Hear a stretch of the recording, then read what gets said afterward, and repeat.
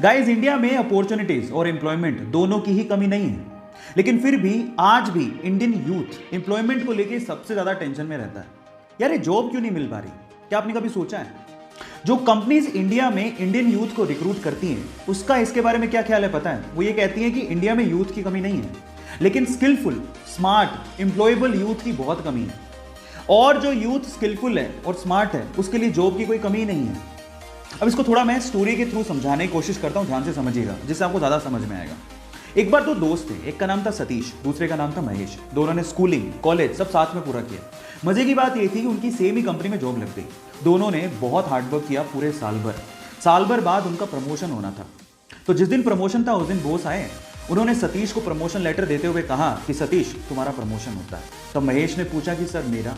तो बॉस ने कहा कि महेश, आई एम सॉरी, तुम्हें प्रमोशन नहीं मिल पाएगा, इस साल तो कम से कम नहीं मिल पाएगा, वर्क हार्ड।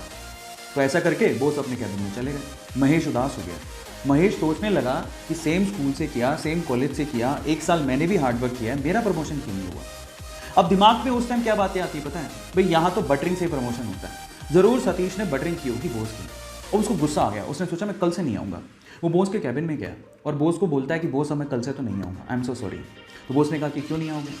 तो वो कहता है कि बॉस, मैंने बहुत हार्डवर्क किया पूरे साल भर, लेकिन मेरा प्रमोशन नहीं हुआ।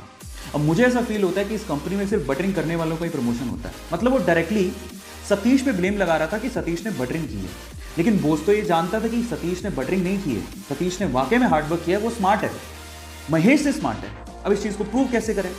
बॉस ने लगाया दिमाग, इसलिए तो वो बॉस था, उसने दिमाग लगाया।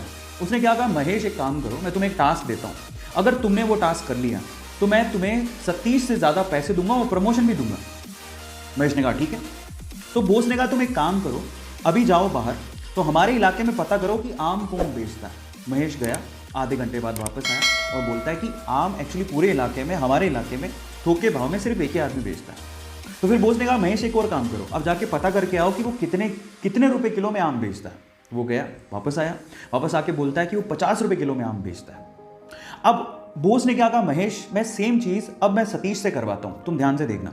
उन्होंने सतीश को बुलाया और सतीश को बोलता है कि सतीश एक काम करो, इस इलाके में जो आम बेचता है उसकी खबर लेके आओ कि कौन कौन आम बेचता है। सतीश गया मार्केट में और वापस आया आधे घंटे बाद, और सतीश ने जो कहा महेश उसको देखता रह गया।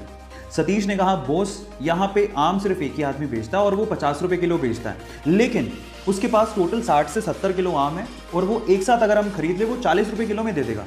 और अगर हमने 40 रुपये किलो में वो 60 से 70 किलो आम बेच दिए और हमने अगर 50 रुपये किलो में से सेल किया तो हमें बहुत प्रॉफिट होगा। और आगे आने वाले समय में हम लोग आम में भी अपना हाथ आजमा सकते हैं, आम के बिजनेस में भी।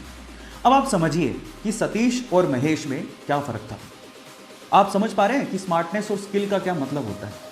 आज का यूथ क्या है ना, सिर्फ इस फिलॉसफी में, ज़्यादातर यूथ इसी फिलॉसफी में जीता है कि इतने में इतना ही मिलेगा। जब आप ये सोचते हो कि इतने में इतना ही मिलेगा तो प्रमोशन की आस आपने रखी क्यों है? वो बहुत इंपॉर्टेंट है।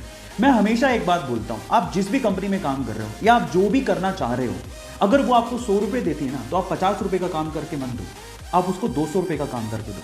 आप उसको अपना आदी बनाओ। जब आप उसको अपना आदी बना लोगे तो आप जिंदगी में प्रमोशन के लिए या एम्प्लॉयमेंट के लिए टेंशन में कभी नहीं रहोगे।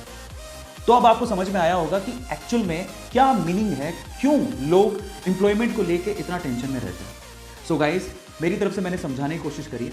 ऐसी अमेजिंग स्टोरीज के लिए यूट्यूब पे हमारे चैनल को सब्सक्राइब कर लीजिए, और अगर आप इंस्टाग्राम पे देख रहे हैं तो मुझे फॉलो करना मत भूलिएगा, और इस स्टोरी को लोगों के साथ शेयर जरूर करिएगा ताकि वो समझें कि यूथ और स्किलफुल यूथ में क्या फ़र्क है। Thank you so much.